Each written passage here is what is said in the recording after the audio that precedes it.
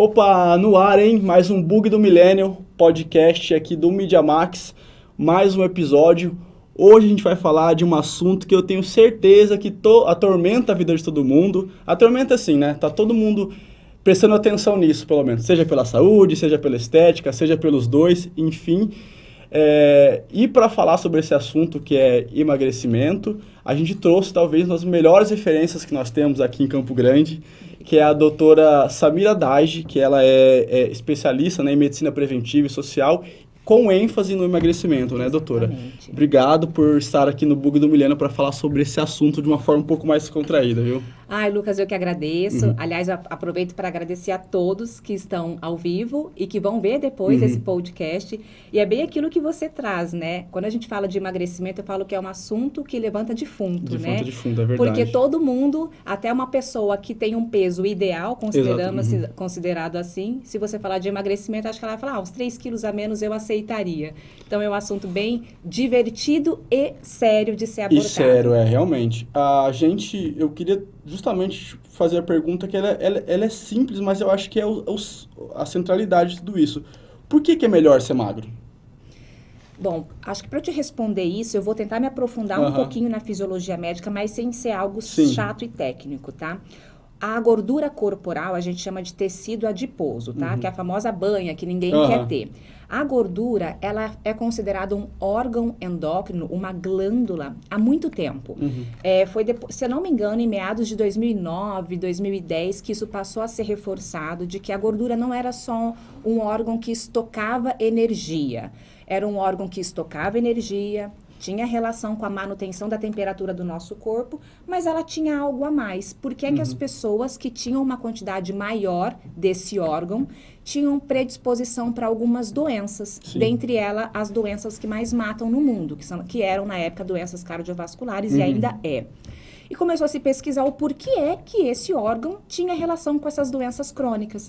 E aí descobriu-se que esse órgão, o tecido gorduroso, a famosa banha, a gordura branca, é uma glândula produtora de substâncias quase hormonais, que a gente chama de substâncias inflamatórias. E a presença dessas substâncias inflamatórias na corrente sanguínea que estão relacionadas com o desenvolvimento de inúmeras doenças. Hoje a gente sabe que a obesidade ela tem relação com o desenvolvimento de mais de 190 doenças. Ou seja, eu tenho 190 doenças que têm como um fator em comum o excesso de tecido gorduroso, o excesso de banha, de gordurinha. Então, por isso que é tão importante emagrecer ou ter uma composição corporal, uma quantidade de gordura normal para a idade e para a altura. Porque ter excesso de uma substância ou ter excesso de um órgão que produz excessivamente algumas substâncias que são tóxicas para o corpo é ruim.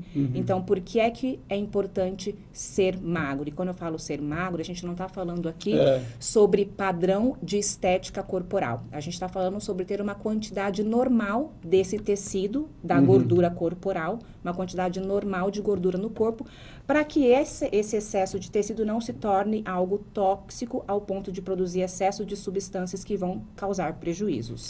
Então, tem muito mais a ver com Tem um livro que eu li uma vez, Era um livro que não tem nada a ver com emagrecimento, mas ele era meio de sociologia, assim, do Yuval Harari, que é um historiador.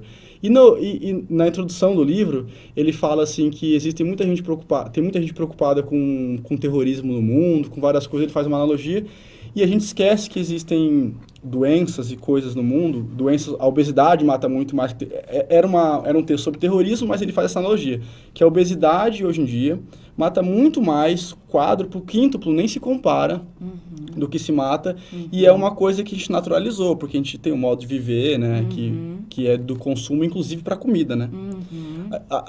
Isso é engraçado, né, que a gente não sai para... a gente não é instigado só a comprar roupa, carro, não sei o que lá, não sei o que lá.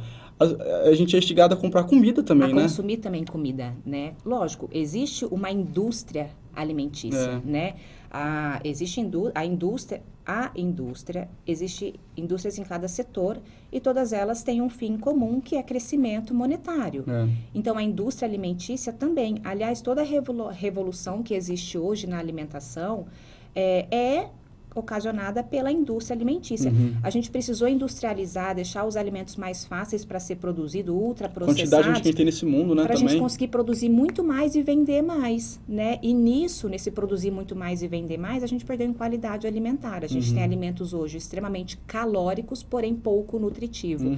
Que uma confusão também que acontece, no passado as pessoas falavam assim, tem que comer para ficar gordinho, porque ficar gordinho é ficar saudável, né? É um desrespeito eu na casa da minha avó e não comer. Os mais velhos têm ainda muito isso. Sim. Uma criança, por exemplo, um bebê, né, antes de 1 ano de vida, que não é gordinho, que não é cheio de dobra, é visto até como uma criança doente, né? Imagina, magro, não tá mamando direito, não tá se alimentando corretamente, porque a gente tem essa cultura de que o excesso de gordura corporal é excesso de saúde. E hoje, com o padrão de alimentação que a gente tem pacientes de inúmeras idades com excesso de gordura, porém poucos nutridos. O paciente obeso, ele é desnutrido. Porque nutrição, Lucas, tem a ver com ingerir nutrientes, não ingerir caloria. Os alimentos de hoje, eles são muito calóricos, porém pobre em nutriente. A gente chama de caloria vazia, ou seja, é uma caloria que não tem nutriente nenhum, que só vai gerar um ganho de peso, porém não vai nutrir as pessoas. É interessante que tem uma doença que é muito pouco divulgada no mundo, que chama fome oculta. E que se a gente estudar um pouquinho mais a fundo, quem se interessar, né, estudar... A fome oculta é a necessidade que a gente tem de ficar buscando na comida nutrientes. E isso pode ser uma das justificativas, por exemplo, da compulsão alimentar ou do comer exagerado. Quando falta um nutriente no corpo, o corpo é muito sábio. Para ele funcionar em harmonia, em homeostase, ele tem que ter determinados nutrientes em níveis ok, certo? Sim. Quando falta um nutriente, ele tenta fazer o quê? A gente buscar esse nutriente. Aonde que está armazenado no nosso cérebro que a gente consegue extrair nutrientes? Não é através da alimentação, do hábito comer? Então, muitas pessoas sempre estão com muita fome ou comendo muito por uma carência nutricional. Então, eu estou lá comendo inúmeras calorias buscando um nutriente X. Só que eu não vou encontrar no alimento industrializado. Caramba, agora mind blowing a minha cabeça, porque eu sou ex-obeso também. Ai, que legal. Não falei porque queria falar aqui durante o podcast. E eu emagreci, brevemente, né? Eu sempre fui gordinho na adolescência, infância e adolescência. Aí eu emagreci no começo da faculdade. No meio da faculdade eu engordei de novo. Daí, no final da faculdade, eu fiz intercâmbio e tal, emagreci de novo. Assim, a primeira vez que eu emagreci foi com acompanhamento nutricional. Imagino que tenha feito tudo certinho e tal. A segunda vez não, comi de qualquer jeito, só perdi peso. Não comi, na verdade, né? E eu sempre tive esses retornos e tal. E aí, em 2019, no final de 2018, na verdade, eu falei, não, eu tenho que tomar uma decisão. Eu já tava com 122 quilos. Sou alto e tal, mas eu era obeso, dava pra perceber, assim, e tal. E eu falei, não, alguma coisa tem que acontecer. Eu tenho medo de ficar muito, muito, muito gordo, eu tenho medo de passar mal. Eu sempre gostei de atividade física, de esporte, nunca consegui praticar direito por conta disso. Sempre atrapalhou minha vida. Fica limitante. Você não se sente bem. Enfim, todas aquelas questões que a gente tá cansado de saber, né? E aí, o que me ajudou, o que tem me sustentado desde então, porque é o tempo que eu mais fiquei magro na minha vida, eu perdi 40 quilos. Parabéns. Eu ter aprendido a comer várias coisas que eu não comia. Eu sempre fui conhecido na minha família por não comer salada, por não comer legumes, por não comer nada. E hoje em dia eu sinto muita falta com uma refeição que não tem eu ainda me pego comendo outras coisas, mas eu não consigo comer um X alguma coisa tô dando um exemplo extremo, né? É bom nem comer muito. Mas que não tenha lá um X salada, tem que ter uma alface e um tomate, alguma coisa, sabe? Tem que ter legumes em casa. E faz sentido, né? Talvez, e por isso que talvez eu tenha conseguido sustentar por esse tempo todo. Talvez assim, você também, esteja se nutrindo melhor agora, né? A tua fome, ela deixou de ser uma fome por necessidade ou carência nutricional. Eu tenho muita fome ainda, todo mundo assim. Mas pelo menos você pode estar comendo agora não por carência, mas realmente por necessidade em ingerir caloria, em ingerir nutrientes para o corpo, né? Deixou de ter aquela fome oculta. Mas é algo assim que poucas pessoas sabem, é pouco difundido na população, mas existe essa possibilidade de que hoje essa fome exagerada que existe na população pode estar escondendo uma carência nutricional, porque nós nos alimentamos muito mais por caloria do que por nutrientes. Hoje em dia. Pela nossa qualidade alimentar. E vou ir além, Lucas, até a nossa qualidade do solo. Então, digamos que você coma super bem salada, legumes, verdura, mas a forma com que isso é, de repente, cozido, a temperatura que é isso pode inativar algumas substâncias. Um solo desgastado tem menos nutriente. Um solo com menos nutriente. Então, conforme a população vem crescendo e a produção de alimentos tem que aumentar para dar conta da demanda, a gente está tendo que lançar mão de uma alimentação, até mesmo aquela que é plantada, uma alimentação que seja mais rápido de ser produzida. E nessa rapidez de ser produzida, de plantar, crescer, ser colhida e levado para os mercados, às vezes a gente pode estar, de repente, sugando demais de um solo, ou de repente usando agrotóxicos ou substâncias que não são suficientes para deixar aquele alimento extrair do solo que é necessário. Então, infelizmente, a industrialização, ela poupou muito tempo para nós que hoje precisamos ter tempo, né? Mas ela também tem esse lado negativo, que é deixar os alimentos cada vez menos nutritivos, alimentos muito rápidos de serem consumidos ou de serem preparados, mas infelizmente em contrapartida alimentos pouco nutridos. Acho que esse é um ponto legal, acho que a gente pode conversar mais sobre ele daqui a pouquinho, mas eu não queria perder o gancho, porque eu falei rapidamente que eu fui obeso e a razão pela qual você se especializou, né, no emagrecimento, é porque você também tem, faz parte da sua biografia também essa experiência do emagrecimento, né? Eu falo para todo mundo que eu tenho experiência teórica porque eu estudo, né? Mas eu já tive a experiência na prática, na minha vida com a obesidade. Eu já fui obesa, eu fui mãe solo aos 16 anos. Então, a minha gestação precoce e todo o meu despreparo, né, emocional e físico para aquela gestação, fizeram com que eu buscasse consolo, desenvolvesse aí uma compulsão alimentar, que é a fome emocional, é a gente buscar consolo, a gente buscar alegria e conforto na comida. Então, isso ao longo da minha gestação foi fazendo que eu fui, 9 meses, que eu fui cada vez mais criando essa relação emoção-alimentação, e a comida, ela é viciante, né? Nossa, principalmente os alimentos que são mais industrializados, ultraprocessados, com muito açúcar, eles são viciantes. Então, eu fui gerando meio que uma bola de neve, né? Eu fui cada vez comendo mais.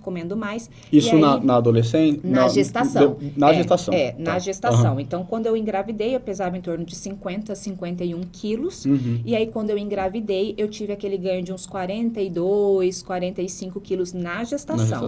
Aí, meu filho nasceu, eu tinha 16 anos. E aí, naquela época, eu sofria muita pressão por questão de ser mãe solteira. Eu queria muito ter quebrar um pouco esse estigma de que a mãe solteira estragou a vida, né? De que ela não tem perspectiva mesmo, né? De futuro. Então, com o grande apoio dos meus pais, eu continuei estudando e mesmo assim cuidando do meu filho, mas eu não tinha muito tempo para olhar para essa questão física, porque até então eu tinha que estudar para passar no vestibular. Você formou aqui em Mato Grosso do Sul? Formei aqui em Mato Grosso do Sul.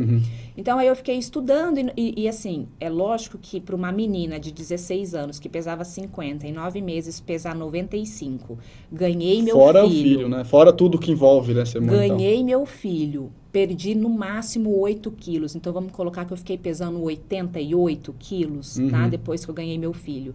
Aí, eu comecei a estudar e não tinha muito tempo. Não é que eu não tinha tempo, essa palavra. Na verdade, eu não tinha sequer... Organização, sim? Não, eu tinha vergonha. Pela minha situação que eu estava, eu tinha até vergonha de reclamar sobre meu peso, alguma coisa. Eu tinha simplesmente que resolver um problema. Qual era o problema? O meu futuro. Então, eu tinha que estudar e lutar por isso. Entendi. Então, o primeiro estigma que eu queria quebrar era esse. Aí, depois, quando eu ingressei na faculdade de medicina, depois do 2º ano da faculdade de medicina, nisso eu já estava pesando 79, tá? Aí, eu comecei a me interessar por tudo que envolvia emagrecimento. Eu era super jovem, imagina, a faculdade de medicina, ela abrange vários conteúdos e com certeza o enfoque não é obesidade. A gente estuda várias doenças e a fisiologia corporal. Mas dentro de cada conteúdo que eu estudava, se tinha alguma coisa que estava relacionada a emagrecimento, eu me interessava porque era um interesse pessoal. E aí, do 2º, 3º, 4º ano de medicina, eu comecei a emagrecer, mas tudo foram por tentativas por conta própria. Até que eu conheci meu marido no 5º ano da faculdade, que é quando a gente conhece um parceiro, a mulher quer se sentir mais bonita. E aí, eu comecei a emagrecer também, aí eu potencializei meu emagrecimento, até que na minha formatura de medicina, eu já estava pesando em torno de 54, 55 quilos, que é o meu peso atual. Você chegou no máximo sem estar grávida? 88. 88, Aham, 88. E aí eu vim emagrecendo tudo isso. Só que daí meio que virou uma paixão. Porque eu estudava por uma questão pessoal e eu comecei a imaginar, poxa, quantas mulheres, quantos homens não sofrem o que eu sofri, né? E por que não eu trazer essa paixão também para a minha vida profissional, né? E aí eu comecei a atuar nisso. Então, o primeiro curso que eu fiz foi uma pós-graduação de endocrinologia. Na medicina, a gente não pode falar que pós-graduação é residência ou especialidade, mas eu fiz 2011, 2013, eu fiz a minha primeira pós-graduação de endocrinologia. Tive que estudar todas as doenças endocrinológicas, mas o meu foco era realmente ingressar nesse curso para que eu pudesse entender melhor a fisiopatologia da obesidade. Aí depois eu fiz cursos de nutrologia e nutrologia esportiva, porque conforme eu fui atendendo essa população, eu fui entendendo que mudar o estilo de vida envolvia a prática de exercício físico, envolvia dieta, então era uma demanda que eu precisava estudar. E todos os cursos que eu fui fazendo depois foram sempre voltados para o tratamento da obesidade e do sobrepeso. Seja para o tratamento agudo, que é a gente tratar a doença em si, que é a fase de emagrecimento, como a fase de manutenção.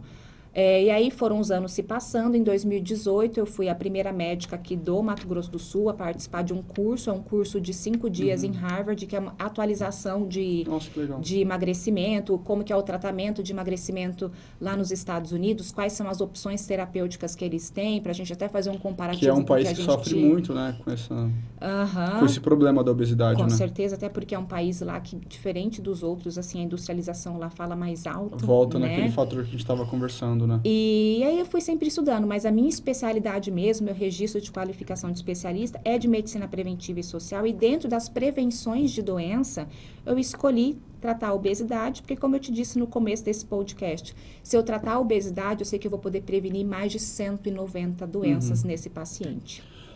Mas o paciente que chega obeso no seu consultório, quais são as medidas que você toma? O que exatamente? Porque, assim, geralmente, na minha cabeça, antes, a gente não pensava em ir ao médico diretamente.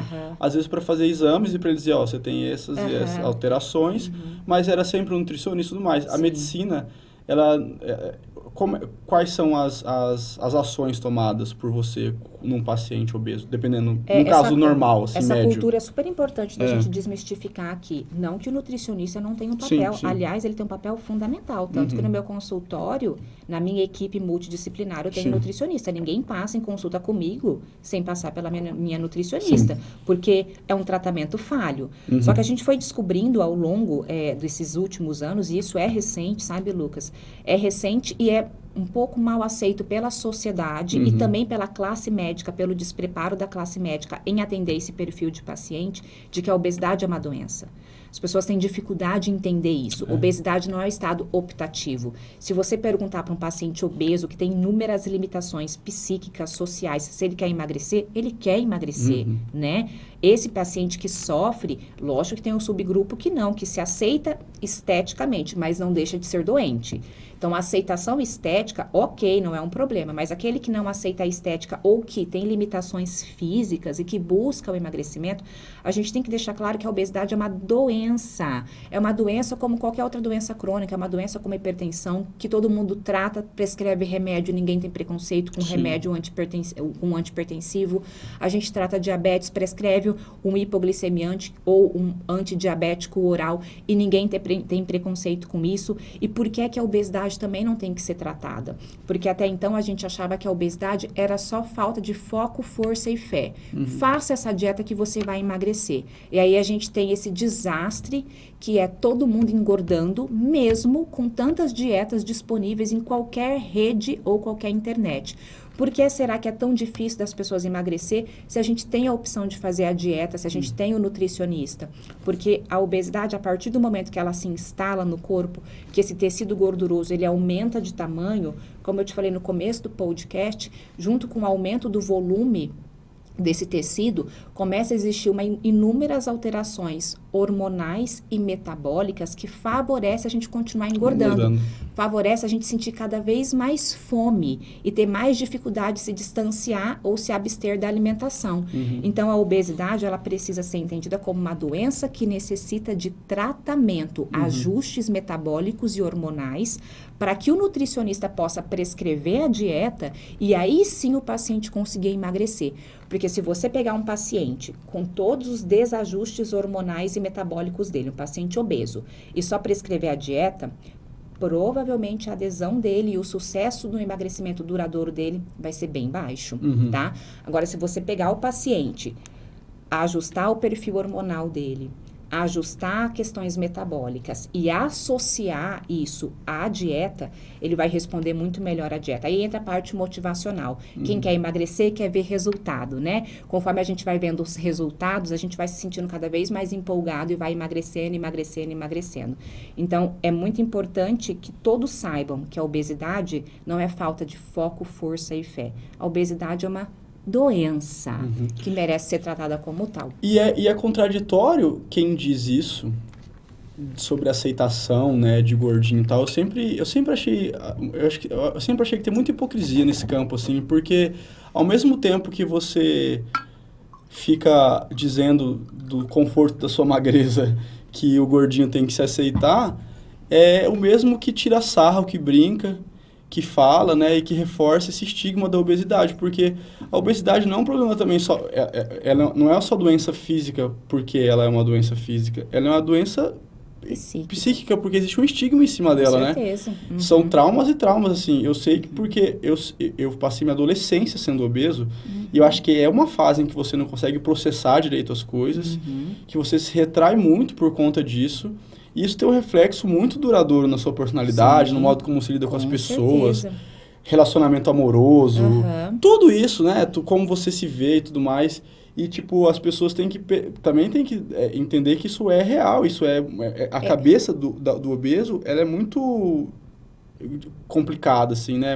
Ela é muito frágil, né? Em vários aspectos. Na verdade, é só a gente pensar em qualquer paciente que sofre qualquer estigma, né? Não que a obesidade, estou dizendo que é qualquer estigma, mas qualquer estigma que é imposto sobre alguém desde a infância e adolescência, você está criando um trauma, uma ferida, né? E isso, o animal ferido, ele tende a se proteger, ele fica sempre acuado, não é mais ou menos assim? Sim. É a mesma coisa com um paciente que sofre qualquer tipo de estigma, seja pela obesidade ou por outra doença. E não tem uma pessoa... Eu não conheço, é difícil falar, né? Mas eu tenho várias pessoas que emagreceram ao meu redor, assim, seja por bariátrica, seja naturalmente, que não acham que a vida dela é melhor agora. Não que elas odiassem a vida delas enquanto gordinhas, né? Mas esses dias eu estava conversando com um amigo e ele falou assim... Cara, mudou minha vida, mudou quem eu sou, mudou o meu modo de ser, minha confiança, tudo mais, né? A qualidade de vida da pessoa muda, assim, é uma mudança de paradigma real, né? Que eu acho que só quem passa meio que sabe, né? Eu falo que emagrecer não é perder peso na balança, é o reencontro, tá? Literalmente é um reencontro ou um encontro de alguém que nunca se conheceu e está se conhecendo. Porque emagrecer, Lucas, não é só fechar a boca, é você trabalhar com capacidades. Porque todo dia você tem que reforçar a sua capacidade de dizer não para uma comida, de dizer não para algo que você gosta muito. E isso gera um empoderamento do caramba, desculpa a palavra, né? Mas... Caramba é a palavra. As pessoas falam caralho aqui, às vezes. Ai, desculpa, não, caramba, pelo amor de Deus, foi caramba. Mas é um processo, na verdade, de resgate de habilidade. Porque você tem que desenvolver habilidades, desenvolver capacidades para você conseguir se superar diariamente. A gente acabou de falar, né, sobre a alimentação. Vamos pensar num caso extremo, tá? Talvez eu esteja sendo até indelicada em fazer essa analogia. Mas alguém que tem uma dependência ou alguém que goste muito de algo, tá? Então, eu tenho uma dependência por nicotina, por tabagismo, tá? Mas aí eu trabalho como caixa de mercado, que eu fico vendo todo dia na minha frente aquela caixinha de cigarro. Poxa vida, todo dia você tem que se superar. Todo dia você tem que olhar para aquilo, reforçar o seu desejo interno, reforçar a sua capacidade de dizer não e reforçar o desejo de que você quer ir para frente. Então, emagrecer é trabalhar com habilidades psíquicas e emocional. Não é só fechar a boca, não é só ir para academia. É muito mais uma briga interna entre eu consigo superar aquilo que eu jamais conseguia superar. É uma briga interna sobre você desenvolver habilidades e capacidades pessoais para você ir além, mesmo o universo sendo contra você com essa questão da oferta alimentícia, né? E é uma questão muito também de você... Eu acho que isso que você falou que é um ponto central, né? Que é sempre uma guerra contra você. Hoje em dia, né? Virou uma briga mesmo contra um contexto, assim, né? Contra uma série de coisas que te levam a comer mal, a comer mais também, né? E a comer errado, né? É só você pegar a sua jornada de trabalho e o seu tempo de alimentação. Você vai escolher o quê? Ir para tua casa, preparar uma salada, cortar, lavar, colocar, fazer um alimento. Quando a pessoa se propõe, é óbvio que é possível. Mas a grande maioria, na vida louca, né, prefere o quê? Comer o que está mais rápido. E o que é mais rápido é fast food. Fast food, eu não estou falando só das grandes redes que existe aí de hambúrguer, tá? Fast food que eu falo é desde uma bolacha. Desde um macarrão instantâneo, né? Então, isso daí é o fast food. É o que, infelizmente, a sociedade ou a nossa jornada de trabalho ou a forma de funcionamento da sociedade nos empurra a buscar, né? Não, e esse ponto aí é uma questão, a doutora falou, né? Eu queria chegar nesse ponto que são os valores, né? Porque a gente engordar é barato, emagrecer às vezes é mais caro, né? É uma bela de uma discussão. É contraditório. Por quê? Quando a gente trabalha, por exemplo, com caloria, porque existem várias... Os nutricionistas, eles têm muito mais respaldo do que eu para falar, mas como eu tenho nutri no consultório e eu tenho que discutir isso direto, mas existem várias maneiras de você trabalhar com o paciente na hora de emagrecer no contexto alimentar, tá? Vamos pensar numa alimentação que eu, particularmente, doutora Samira, considera ruim, como, por exemplo, a dos pontos, uma dieta dos pontos, do qual você pode comer alimentos diversos, você pode comer guloseimas, pode comer o que for, mas você tem que atingir um ponto X e acabou. Então, se for dentro desse contexto, se a gente vai pensando só em caloria, não se é uma caloria nutritiva ou não, e eu repito, eu não acho que essa seja a melhor opção, mas se for nesse contexto, você consegue emagrecer até comendo miojo. Você vai contabilizar lá quantas calorias tem um miojo e você vai saber se ao longo do dia você pode ou não comer aquele miojo. Você pode comer só junk, né? Só coisa...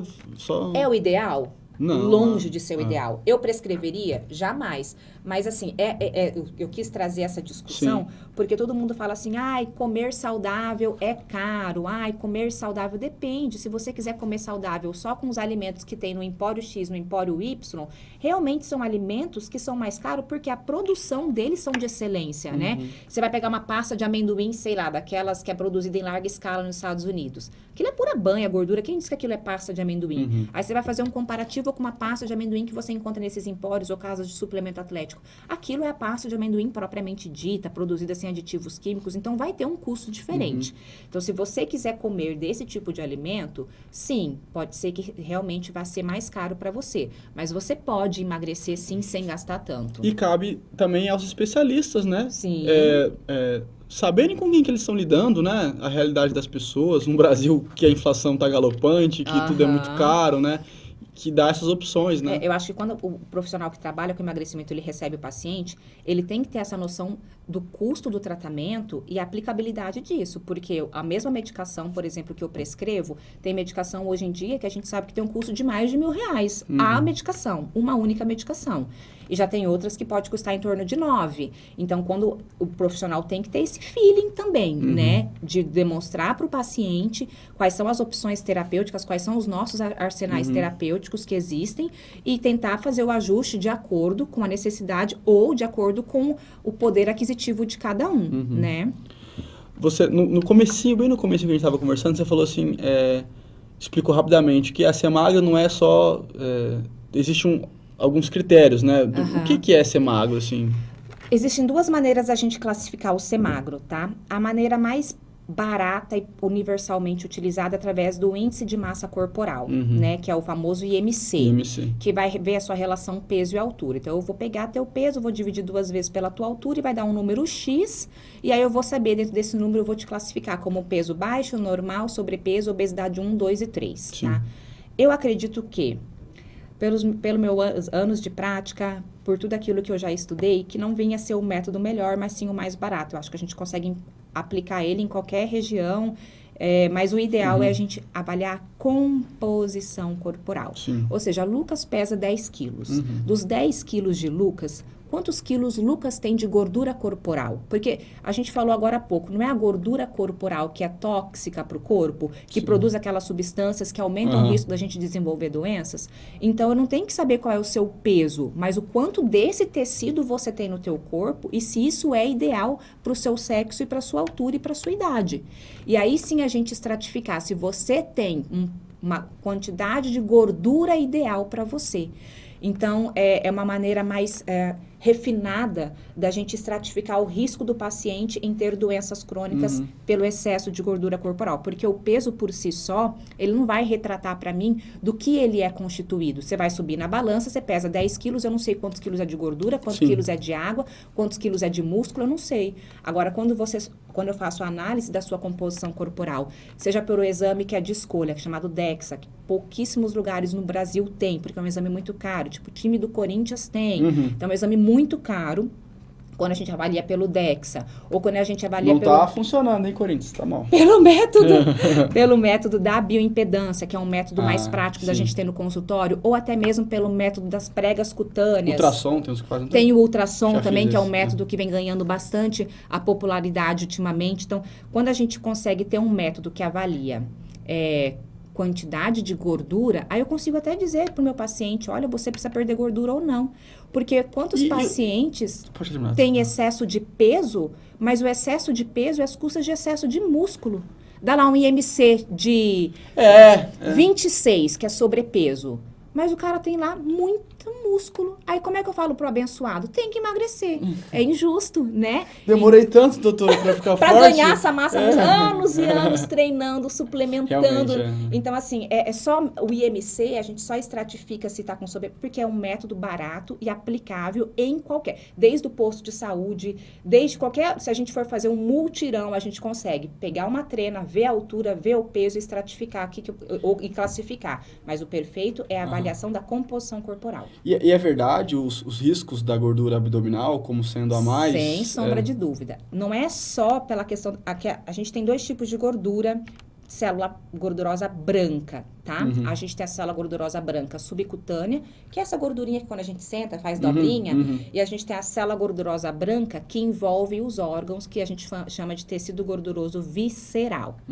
Quando a gente fala de gordura abdominal, é porque a gente está imaginando que esse paciente tem uma circunferência de abdômen aumentada, elevada, por excesso de gordura que está dentro da barriga dele. Não nessa gordurinha molinha que está por fora. Entendi. Que essa gordurinha molinha que está por fora é subcutânea, né? Então, se essa gordurinha mais... esteticamente as pessoas não gostam. Agora, a gordura que está dentro da cavidade abdominal, muito mais profundo, não está ali atrás da pele, a gente chama de gordura visceral, é que envolve os órgãos. Essa gordura, o potencial inflamatório dela, de produzir aquelas substâncias que são tóxicas para o corpo, ela é infinitamente maior do que quem tem gordura subcutânea. Então, às vezes o paciente é aquele paciente que tem um peso normal. Peso e altura, ok. Aí você vai lá, afere a circunferência de abdômen, é um homem, ele tem lá 98 centímetros de abdômen, que não é normal. Aí a gente faz a bioimpedância. O IMC dele é normal, peso, altura normal, mas ele tem excesso de gordura central, visceral. Eu vou dizer para ele, não, você não precisa perder gordura? Precisa. Né? Respondendo a sua pergunta, sim, a gordura visceral é muito mais inflamatória para o corpo do que a gordura subcutânea. Não que o excesso da subcutânea também não é ruim, né? Sim. Essa gordurinha, mas a gordura visceral, ela tem um mais potencial. Perigosa. Então, um amigo meu que estava falando antes de começar o podcast, ele contou para mim também que ele emagreceu 12 quilos em um mês. E ele falou assim, cara, eu fiz na loucura. Eu achei que tava gordinho, vi lá uns negócios, só parei de comer direito, ia na academia, me matava lá, fazia esteira, fiz tudo errado. Fiz tudo errado. E isso me leva a te perguntar, essa pessoa, ela ficou magra, mas não era saudável? Provavelmente. Lucas, depende da metodologia que ele utilizou. Então, a minha pergunta é, existe o magro que não... Então, existe o magro que não é saudável e existe o gordinho saudável? E outro ponto que eu adoro discutir. Sempre é polêmico. Se eu não me engano, eu não lembro com exatidão a época, eu lembro que eu fazia ainda pós-graduação em endocrinologia, que se falava muito sobre o paciente com obesidade saudável, ou seja, era aquele paciente que praticava exercício físico. Sim. Então, esse era considerado saudável. Por quê? Um estudo pegou esses 2 grupos, né? O paciente com obesidade que praticava exercício físico e o paciente magro que era sedentário. E aí, no fim das contas, descobriram que o paciente obeso que fazia exercício, ou com sobrepeso que fazia exercício, ele era mais saudável, tinha um perfil de exames laboratoriais, um perfil inflamatório menor do que o paciente que era magro e sedentário. Aí criou-se essa falsa imagem de que o paciente com obesidade, que é fisicamente ativo, ele é mais saudável do que um paciente magro. E é uma inverdade, tá? Os dois são doentes. Os dois têm riscos de doenças. Aquele que é sedentário com peso ideal, como aquele que está com excesso de gordura corporal, que é fisicamente ativo. É lógico que se eu colocar numa balança, o exercício, ele gera tantos benefícios cardiovasculares que às vezes supera até o risco do paciente que é magro, que está em casa. Mas os dois são doentes. Aliás, sedentarismo vem sendo uma condição clínica. Deixou de ser estado. Entendeu? Eu sou sedentário. É um estado, escolhi ser assim. A gente está tentando enquadrar sedentarismo como também doença. Meu Deus. Né? Porque a gente sabe que o músculo, assim como a gordura, ele também é uma glândula. Ela não serve só para manter o esqueleto de pé, para fazer todos os nossos movimentos, né? Responsável pela movimentação. Ele serve também como uma glândula que produz substâncias quando estimulado durante o exercício, que é anti-inflamatório para o corpo. Olha que loucura. São substâncias que combatem aquela inflamação que o excesso de gordura traz. Só que tem que ser exercitado. Tipo irisina, uma série de substâncias, nomes diferentes aí de algumas substâncias, que quando o músculo ele é ativado pelo exercício físico, ele produz. Quando ele não faz exercício, ele não produz isso. Por isso que ele fala que é uma glândula opcional. Quando ele é exercitado, ele produz, funciona como glândula. Senão, fica só mesmo com a parte do músculo esquelético. E aí, isso sim, voltando à sua pergunta, é verdade que existe o paciente obeso saudável? Não, não existe um paciente obeso saudável. O paciente obeso, ele pode ter uma aceitação da imagem corporal, ele pode conviver muito bem, não ter limitações físicas, ainda não ter prejuízos claros do excesso de gordura corporal, mas ele não é considerado um paciente saudável. Assim como o paciente magro, também não é sedentário, também não é considerado saudável. Como eu disse, a gente está tentando enquadrar sedentarismo como um quadro, como doença, né? E às vezes o sedentarismo também é forçado, né? Às vezes a pessoa é obrigada pelo trabalho dela a ficar 8, 10 horas sentada, né? Também é uma coisa assim. Aí essa pessoa tem que se forçar em algum momentinho ali da vida dela a fazer alguma coisa, né? Eu acho que quando você fala sedentarismo forçado, assim, não é que todo mundo que trabalha na frente do computador, ou todo mundo que trabalha 8 horas hoje, sei lá, num call center, né? Que todo mundo tem que ficar sentado. Isso não quer dizer que ele não tenha. Ninguém trabalha correndo também, né? Pouquíssimas pessoas. Eu, por exemplo, né? Trabalho sentada eu também. Não. Mas a gente pode encontrar, sim, um tempo no nosso dia para fazer exercício. Isso é questão de otimização de tempo e organização. Sempre é possível. Só que tem que ser prioridade. O que não é prioridade pra gente, a gente tira. Você que não trabalha, viu? Você é obrigado a fazer exercício a qualquer momento. O negócio da tendência, esses são dizeres populares. Eu não sei se qual é o lastro científico disso, mas existem tendências para emagrecer, tendência para engordar? Você fala a questão genética? Sim. Predisposição. Sim. Predisposição genética. Primeira coisa que é importante a gente entender, todo ser Sempre humano... ouvi da minha... mas eu não coordeno minha família, né? Mas eu não sei porque o Lucas é gordinho, na minha família ninguém tem tendência para engordar, todo mundo é magrinho, não sei o que, tem isso. É porque geneticamente falando, existem as alterações que são hereditárias, eu herdei do meu pai, eu herdei da minha mãe, eu herdei do meu avô, e existe aquilo que é geneticamente predisposto, independente da hereditariedade, independente se eu herdei de alguém. A genética quando a gente fala, eu tenho uma alteração genética, né? A genética, ela pode sim ter uma influência hereditária da família, mas uma pessoa, ela pode nascer com uma mutação genética que ninguém da família tem, mas ela passou a ter. É o famoso pioneiro. Alguém tem que começar com essa alteração genética. Então, quando a gente fala de obesidade, primeiro ponto que é importante, existe hereditariedade, existe mutações genéticas hereditárias, sim. Então, eu tenho uma família toda obesa e eu posso herdar, por exemplo, uma alteração de um gene, tipo o FTO, que é uma alteração mais comum de um gene, que o paciente, ele sempre tem em torno de 6 quilos a mais que a população, tá? Então, isso sim, mas 6 quilos não é justificativa para obesidade, tá bom? Então, existe o fator genético. Já fica logo avisado aí. Já existe essa questão genética hereditária, né? Então, eu herdo do meu pai, da minha mãe, da minha família, uma mutação genética que favorece eu comer mais ou eu estocar mais gordura. Mas a espécie humana, se eu pensar, independente de você ter herdado do teu pai, da tua mãe, independente da hereditariedade, geneticamente, a nossa raça, vamos pensar na gente como bicho, tá? A espécie humana, ela nasceu para engordar. Emagrecer é afisiológico. Medicina afisiológica quer dizer contra a função do corpo. Existe um cientista alemão, eu esqueci o nome dele, que ele que criou essa teoria, que chama teoria do gene econômico, que justifica, desde 1860, se eu não me engano, ele lançou essa teoria, que justifica o ganho de peso exponencial na população. Ele começou a estudar por que a galera ficava acumulando gordura. Porque se a gente pensar nos nossos ancestrais, o Homo sapiens está na Terra há mais ou menos 200, 300 mil anos, tá? É que o ser humano é imediatista, a gente pensa só nos 200 anos que passou. Mas vamos pensar no Homo sapiens, nós, há 200 mil anos atrás. A gente tinha o mesmo paradigma alimentar que a gente tem hoje, a mesma abundância alimentar que a gente tem hoje? É nem a mesma ideia sobre comer, né? Como é que era para comer antigamente? Pensa 200 mil anos atrás. A gente tinha que sair, a gente tinha que gastar muita caloria, encontrar um alimento, talvez conseguir caçar, talvez a gente só gastava caloria e nem conseguia o alimento. A gente vivia o quê? De planta, pasto no chão. Quando encontrava uma árvore frutífera, quem disse que a fruta estava madura no pé? Às vezes a gente comia fruta verde mesmo. Então, a evolução da nossa espécie, por muito tempo, ela teve esse embate com o emagrecimento. Muitos de nós morriam por inanição, por falta de alimento. E a mãe natureza é muito sábia. Então, no processo de seleção natural de qualquer espécie, só sobrevivem os fortes, não é assim? Então, né, a nossa espécie só foi sobrevivendo aqueles que, quando encontravam alimento, quando comiam, tinham uma capacidade a mais de estocar esse excesso de caloria em forma de gordura.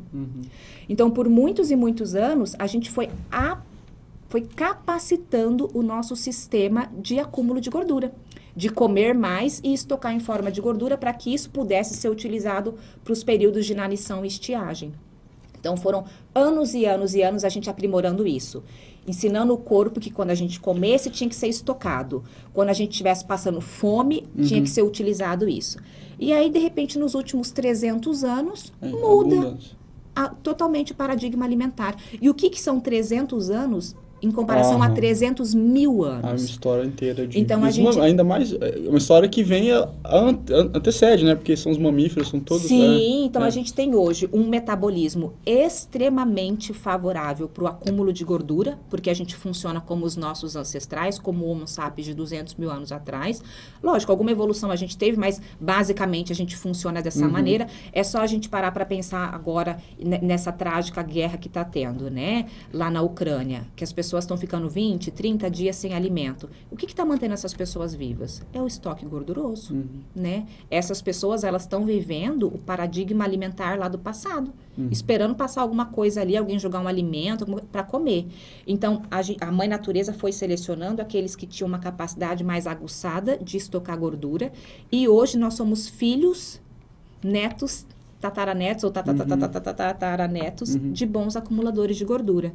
Então, essa predisposição que você falou, todos nós Temos, tá? Independente de ser hereditária ou de ser do pai e da mãe, ou se for simplesmente da nossa espécie. Mas todos nós nascemos com uma habilidade maior de formar gordura. E assim, para não me estender tanto, o tratamento de emagrecimento ele é tão desafiador que quando o paciente começa a emagrecer, o corpo lança mão de mecanismos para a gente parar de emagrecer. Porque o corpo pensa, Deus me livre, Lucas está emagrecendo, usando os nossos estoques gordurosos. Sim. Ele pode vir a morrer, porque emagrecer, segundo a história da humanidade, ou é doença ou é inanição que nos aproxima da morte. Já ouvi falar muito isso. Você come de 3 em 3 horas? Não. Isso... entra nesse contexto, né? Porque como assim a minha linha é bem focada para o emagrecimento, eu não acho que comer de 3 em 3 horas seja uma solução para o emagrecimento. Mas tem gente que emagrece comendo de 3 em 3 horas, porque no fim das contas, a gente tem que fazer o cálculo do que está entrando de caloria do que está saindo, né? Então, assim, se a pessoa conseguir comer de 3 em 3 horas e conseguir no fim do dia atingir aquela quantidade calórica ao ponto dela emagrecer, ok, mas eu particularmente, na minha linha de tratamento no meu consultório, não é essas minhas orientações. Falando em tratamento, tem uma coisa que eu vi no seu Instagram, que você fez uma live, eu não vi a live, mas eu vi o seu post falando da live, que é dos fitocannabinoides. Isso é isso? Mesmo. São remédios que têm um princípio ativo a cannabis, né? Isso. Que é o mesmo da maconha, que existem pesquisas, ele já está sendo utilizado para o tratamento para emagrecimento? Na verdade, assim, a cannabis, né, a gente na medicina, principalmente quem trabalha com a medicina endocannabinoide, a gente tenta não utilizar a palavra maconha, porque ela vulgariza um pouquinho um tratamento mais sério. Então, a gente chama de cannabis medicinal, que é algo legalizado, está presente no Brasil, regulamentado pela Anvisa. Então, a cannabis, eu faço sempre uma analogia assim, vamos pensar nela como uma babosa, tá? Uma folha de babosa. Se eu pegar uma folha de babosa, eu vou ter vários fitoquímicos nessa folha, ou seja, substâncias que são produzidos pela planta, né? Então, a cannabis, ela tem mais de 100 fitoquímicos. Dentre os fitoquímicos mais conhecidos, a gente tem o canabidiol e o THC. O THC que é o responsável pelo barato ou pelas sensações psicoativas, que é o que a gente não gostaria de trazer para a medicina canabinoide em doses elevadas. Quando eu fiz essa palestra, é porque, como eu já te falei, tudo eu fico interessada e tento trazer isso para o emagrecimento. A gente sabe que a pessoa que faz o uso recreativo da maconha, não a cannabis medicinal, ela tem a famosa larica, a fome, né? E aí, essas pessoas comem muito. E foi feito um estudo para tentar entender se essas pessoas que fazem o uso da maconha recreativo, se elas têm excesso de peso. Aí tiveram 3 grandes estudos. Um falou que sim, outros 2 falaram que não.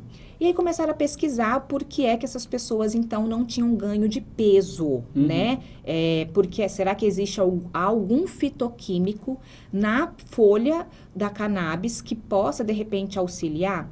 E aí descobriram o THCV, que é um tipo de fitoquímico que ele é capaz de reduzir a fome. Diferente do THC que dá a larica, existe esse THC, porém com V no final. Então, esse THCV, ele inibe a fome.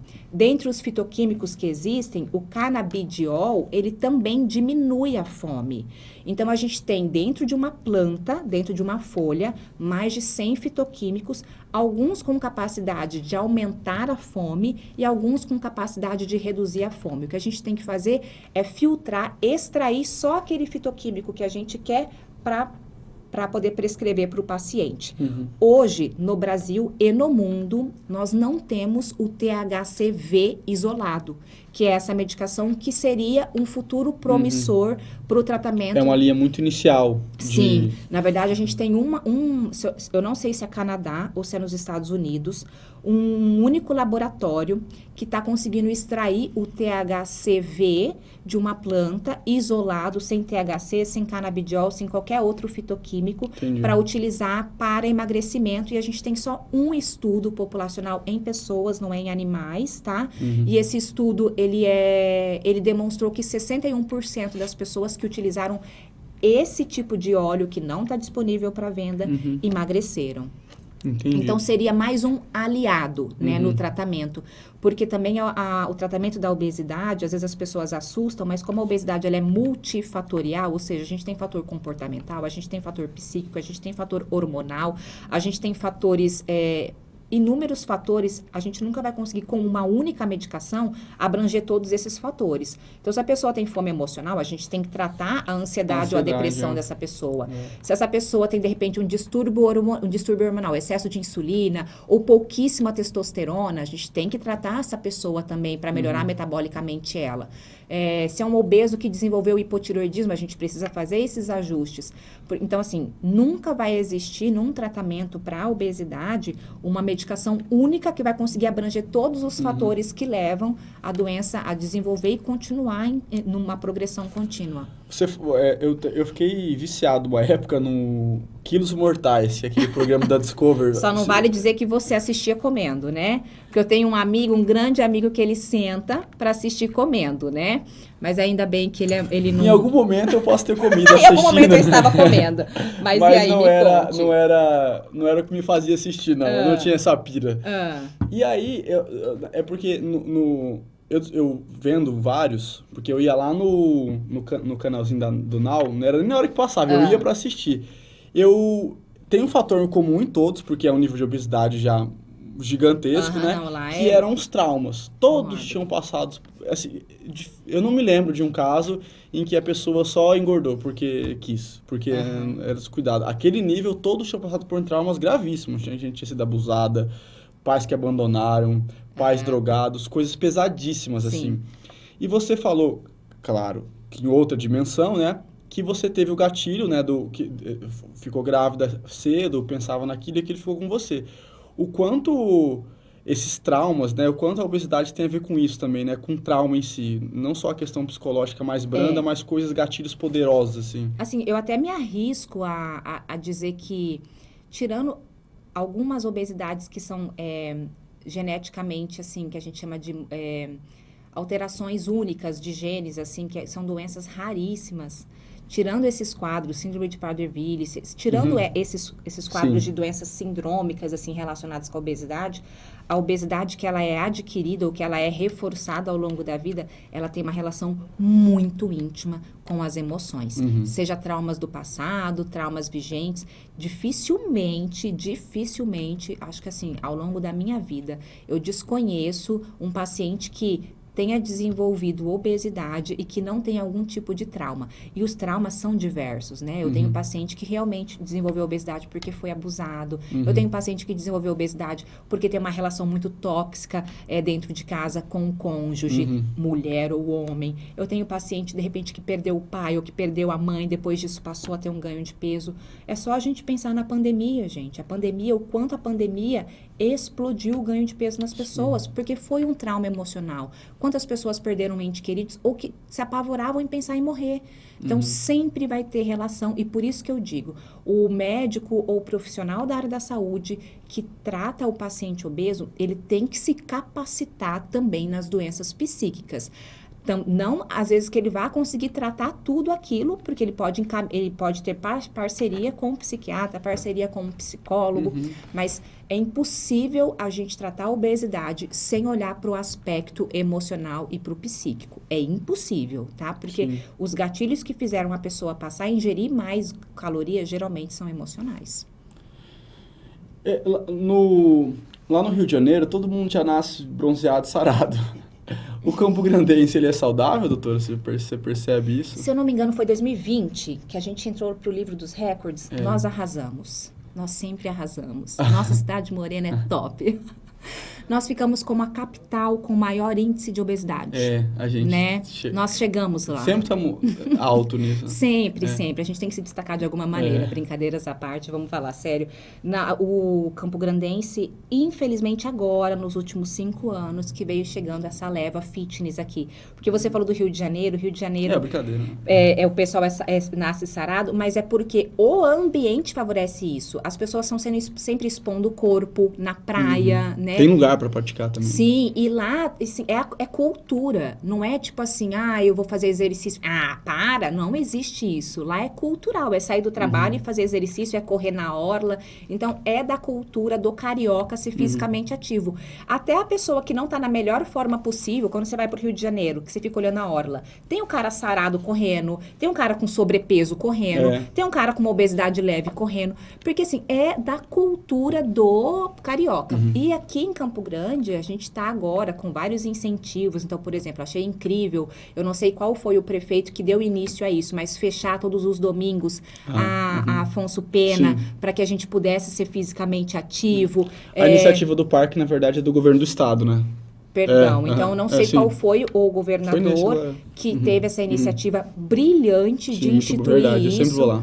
porque, querendo ou não, desperta nas pessoas a necessidade de sair de casa, pelo menos, né? E o sair de casa já é sair de um ambiente obesogênico, porque é onde que está a comida na nossa vida? É na casa. Então, a casa é um ambiente obesogênico, né? Assim como o trabalho obesogênico? sentado é o nome que a gente fala dos ambientes. Então, a gente vive num ambiente obesogênico. O Media Max é obesogênico, doutora. Vou te falar a verdade. Vamos fazer Você aqui. Passa uma manhã aqui nessa redação desse Media Max aqui e ficam pedindo salgadinho, inventa aniversário de pessoa que nem tá aqui pra pedir salgadinho. Entendi. É um absurdo. A pessoa tá de férias, mas todo mundo comemorando o aniversário. Esses dias o colega tava de atestado, pois pediram salgadinho à tarde pra comemorar o aniversário dele. Então. Porque queriam comer. E quando ele voltou do atestado, também comemoramos novamente. Exatamente. Maio foi um terror. Umas 5 pessoas eram aniversário de manhã também, todo dia.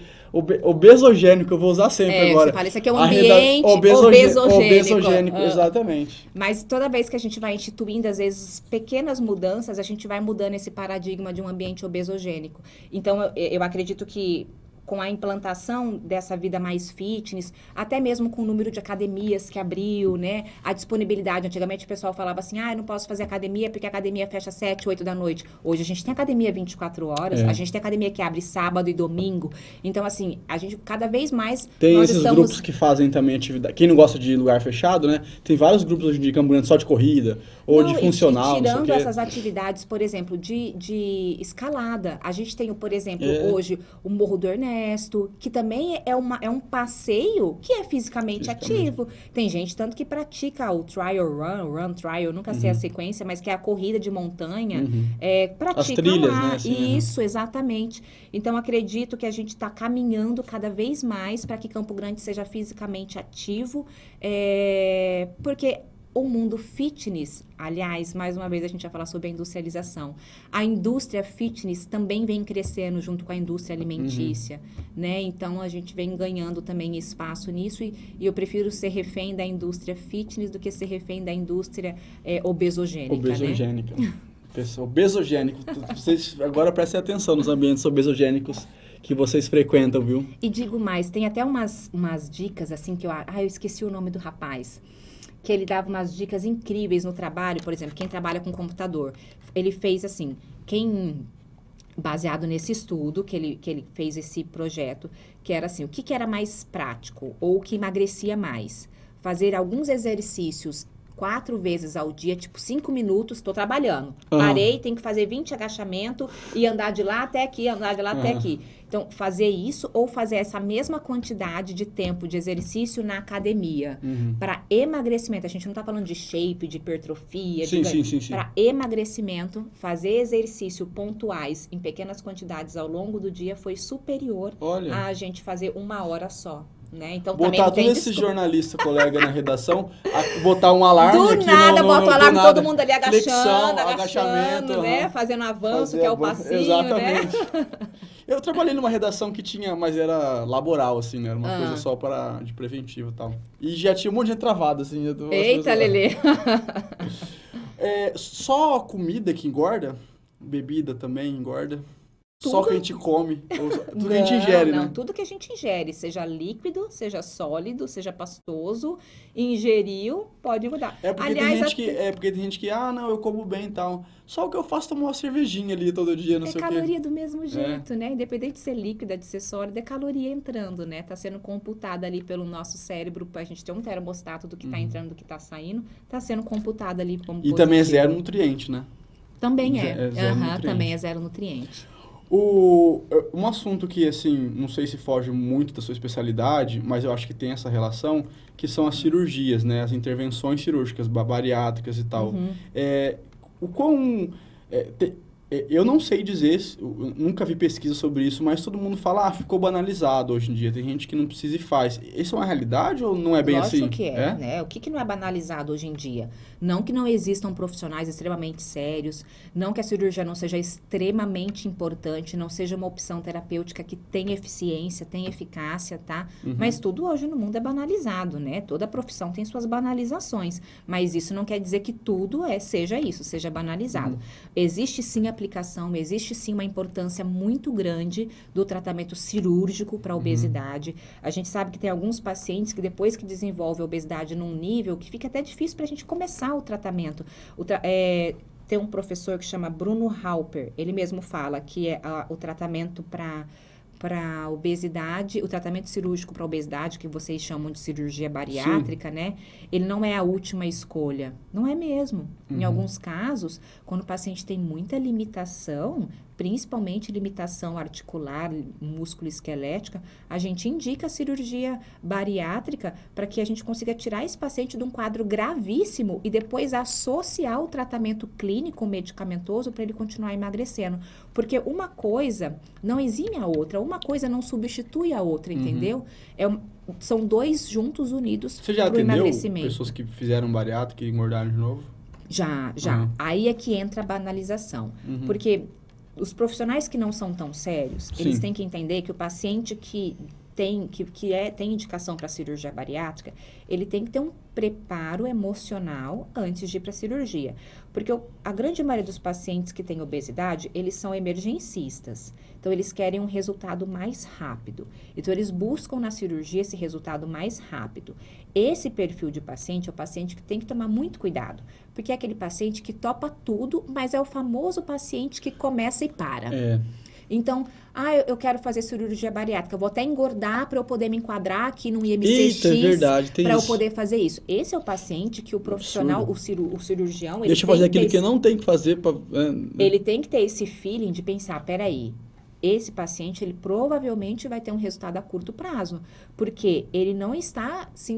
totalmente consciente e maduro do que é um emagrecimento, que envolve uma mudança no estilo de vida. Tanto é que o doutor lá dos mortais, ele primeiro fala, se você quer emagrecer, se você quer fazer a cirurgia, você tem que ter mérito.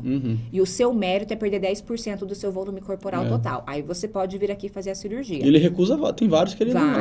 Porque também não adianta a gente querer tratar o tamanho do estômago sem tratar o comportamento do paciente. Depois, com o tempo, é aquele paciente que vai voltar a engordar. Mas essa é a questão, né? Tem quem faça isso, né? Infelizmente tem. Assim como na sua profissão, também tem gente que faça alguma coisa que é antiético, né? Então, o mundo que é regido pelo capitalismo, tem pessoas que se sujeitam a várias coisas para ter um ganho, né? Eu não estou generalizando, mas o tratamento cirúrgico para a obesidade, ele é muito importante. Ele é um excelente aliado. A gente não tem nenhuma medicação hoje, vai ser lançada provavelmente nos Estados Unidos o ano que vem uma medicação que tenha o mesmo resultado dos primeiros 3 meses do tratamento cirúrgico para a obesidade, que é uma medicação que conseguiu reduzir 22,5% do peso corporal total nos primeiros meses. Ela inibe a fome? Através da redução da fome e de um ajuste de insulina e de alguns outros hormônios que também favorecem o emagrecimento. Tá? É um parente das injeçõezinhas para diabetes que o pessoal utiliza hoje para emagrecer, tá? Que é a semaglutida e a liraglutida, que a gente tem como referência. Mas não sei no Brasil quando vai chegar, tá? A gente sabe que está em fase 3 de estudo e é uma medicação muito promissora no tratamento clínico, tratamento ambulatorial para obesidade, porque ela conseguiu atingir o sucesso de uma cirurgia bariátrica, porém sem a cirurgia, só com a medicação e a mudança no estilo de vida. E uma coisa também que eu acho que é o fator idade das pessoas, né? Quanto mais velha, mais difícil a pessoa... A gente só pode falar que metabolicamente uma pessoa é incapaz de emagrecer depois que ela morrer. Tá? Existe sim com a idade, o metabolismo basal ele vai ficando desacelerado, sem sombra de dúvida, né? Mas não é uma redução ao ponto do paciente não conseguir progredir no emagrecimento. Eu fico pensando o velhinho tendo que fazer, tipo, dieta, assim, meu Deus, gente, a pessoa já tá, né? Já tô velho, já, me deixa. Mas é importante para a qualidade da vida da pessoa, né? Para aquele fim de vida ela tem uma qualidade, né? Se ela tá precisando emagrecer porque alguma justificativa tem por isso, né? Ou se ela precisa não engordar também, né? Pode ser também. Mas, metabolicamente, todos nós somos aptos a emagrecer, independente da nossa idade. Mas a velocidade na perda de peso pode ser que seja menor nos pacientes idosos, porque sim, todo funcionamento corporal com a senectude, com o envelhecimento, tende a ficar mais lento, inclusive o metabolismo. Doutora, só para... Nosso tempinho já está acabando, mas tem uma questão que eu fiquei pensando, assim, durante a nossa conversa, que eu vi que você tem muita sensibilidade em relação a isso, que é o quão sensível realmente e o quão pode ser meio delicado desempenhar o papel que você desempenha num contexto que você falou, você em algum momento trouxe o exemplo da Ucrânia, né? De que lá, hoje em dia, tem pessoas que estão passando por uma situação de não ter o que comer. E assim nós temos, mesmo em ambiente guerras mais extensas, guerras civis que se arrastam durante anos, ou locais de extrema pobreza, em que a fome é uma questão histórica, né? E que lida com essas pessoas. E a gente está vivendo, claro que a gente é resultado da nossa história, do Brasil, num ambiente em que a gente está brigando, inclusive, para emagrecer, né? Então tem que ter muita sensibilidade para dizer para as pessoas, olha... a obesidade é uma doença, emagrecer é importante, mas também tem que entender que a gente vive num mundo que existem outras situações, né, que meio que contradizem isso que a gente faz da vida, né? Eu acho que isso é mais uma questão de conscientização pessoal, sabe? Assim, eu pelo menos... Sim, pessoal, totalmente. Eu pelo menos não levo para o consultório em si essa comparação, sabe? De que, você está com excesso de peso enquanto tem gente morrendo de fome. Mas tem gente que pensa assim, né? Por isso que eu acho que essa é uma questão importante. Eu não levo para o consultório, até porque são contextos totalmente diferentes, né? Como você mesmo citou, aqui a nossa realidade é abundância alimentar. Se aqui a nossa realidade fosse privação alimentar, a gente teria que abordar de outra maneira. Então, eu acho totalmente deselegante a gente tentar usar esse tipo de comparação, até porque o contexto é totalmente diferente, né? Mas o que eu posso falar para você e usar esse finalzinho aí de tempo aqui da live é que o profissional que trata o paciente portador de obesidade, ele tem que ter sensibilidade e principalmente empatia. O meu tempo de atendimento, a minha primeira consulta dura 1h30. Eu não abro mão disso. Minha agenda, ela é fechada. Eu dificilmente atendo primeira consulta. Eu só atendo primeira consulta quando eu dou alta para algum paciente. Porque, para mim, tempo de atendimento, vínculo, acolhimento é a base do sucesso do tratamento para emagrecer. O paciente que chega no consultório com obesidade, ele chega cheio de estigmas. Então, até para eu conseguir entrar na vida dele, entender ele, eu tenho que vencer várias barreiras. E de que maneira que a gente vence isso? Através da fala terapêutica, através da conversa, através do vínculo. Então, essa questão da empatia e do acolhimento e de ter um ambiente onde o paciente pode sentar sem sentir que a cadeira está apertada para ele. Ele pode ficar na recepção sozinho, sem ver que outras pessoas estão transitando ali, vendo que ele está indo buscar um tratamento de emagrecimento.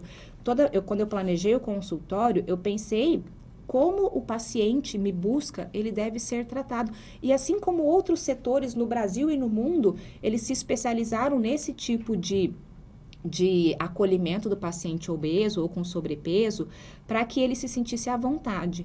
Então, quando a gente está falando, você falou assim, né? Doutora, você tem que ter essa sensibilidade. Todo profissional que trata o paciente obeso, ele tem que ultrapassar aquela linha do você precisa emagrecer, hein? Procura uma nutricionista. Só vai fazer piorar. Todo mundo sabe disso. É óbvio. Outra coisa no Brasil que existe é essa questão de setorização do especialista que trata emagrecimento, né? Então, chega o paciente com obesidade e hipertenso no cardiologista. O cardiologista fala, você precisa procurar o médico fulano para emagrecer. Peraí, os médicos, se a gente está falando de uma doença, que é uma pandemia, epidemia, sei lá, crescimento exponencial de uma doença, que tem repercussões em todas as especialidades médicas. A obesidade desenvolve doença para todas as especialidades médicas. Por que é que o médico também não tem que ter esse feeling e se capacitar também para atender e tratar esse paciente? Não só ficar nessa superfície de você precisa procurar um endocrinologista ou você precisa procurar ou uma nutricionista. 15 minutos, né? Tipo, ó, você precisa emagrecer, hein? Isso daí é meio que óbvio. Quem tá acima do peso vai falar, você jura? Agora, qual é o caminho? Me ajuda? Fazer dieta. Ok, qual é a melhor dieta? Quais são os fundamentos científicos dessa dieta? Essa dieta se aplica ao meu estilo de vida, ao meu paladar, à minha cultura? Vou passar porco para um paciente que é adventista do 7º dia, que não come porco? Então, assim, é uma série de adversidades que a gente tem que trazer com essa sensibilidade de acolhimento. E todo médico deveria estar preparado para receber no seu consultório um paciente obeso ou sobrepeso sem preconceito. Sem pensar, ai, folgado, ai, falta fazer exercício. Não. Todos nós temos que estar preparados para lidar com essa doença, porque é uma doença que está em crescimento exponencial e a gente precisa, se o profissional da área da saúde ele vem para promover a saúde e diminuir a mortalidade, ele tem que aprender a tratar a obesidade. E também a gente tem políticas de Estado também, né, que eduquem pais e você sabe que não tem medicação para obesidade na rede pública? Não tem. Não tem. Sim, né? E se a gente está num ambiente em que várias... Mas tem para hipertensão, né? Exatamente. Que é um efeito, já né? é um preconceito, né? Então, eu acredito que eu utilizo muito mais essa sensibilidade, não para comparação entre um ambiente de extrema magreza, um país de extrema magreza com um país de extrema... que tem abundância alimentar. Eu acho que eu uso mais a minha sensibilidade de acolhimento mesmo e de entendimento com esse paciente e o modo de funcionamento dele. Perfeito. Perfeito também o papo, pessoal. Muito legal. Foi quase uma consulta que eu falando com ela. Obrigado, viu, doutora, por esse tempo dispensado aqui pra gente. Isso, eu que amei mesmo. O convite, assim, olha, é tão gostoso a gente falar sobre isso, é quebrar paradigmas, né? É quebrar dogmas que existem aí na população. E eu não sei, eu acho que às vezes Deus ou o universo, não sei, ele me dá cada desafio e eu aceito esse de muito bom grado e levo adiante e fico muito feliz em poder desmistificar alguns conceitos da obesidade e quem sabe, né, tocar o coração ou a angústia de alguém que está vendo esse ou o estômago da pessoa que está vendo esse nosso podcast e dizer assim que não é falta de força, foco e fé, que a obesidade é uma doença e que ela precisa ser encarada como tal e que existem profissionais no mundo que são capazes de acolher, abrigar e ajudar esse paciente, seja através do tratamento cirúrgico, seja através do tratamento clínico e da mudança do estilo de vida. Perfeito. Vocês podem também tentar conversar ou saber mais do trabalho da doutora no Instagram dela, né? Isso, que é o arroba... Samira, é fácil achar, né? Samira Daige. Não, é o arroba DRA Daige. Eu mudei. Por isso que é o arroba agora doutora DRA.Samira Daige. E lá tem todas as informações que você precisa em relação a ela, para encontrar ela, como é que faz para marcar consulta e tudo mais. Assistam e escutem o podcast Bug do Milênio. Obrigado pela companhia. Até aqui em mais um episódio. Até o próximo episódio, viu, gente? Tchau, tchau. Tchau. Só pra me deixar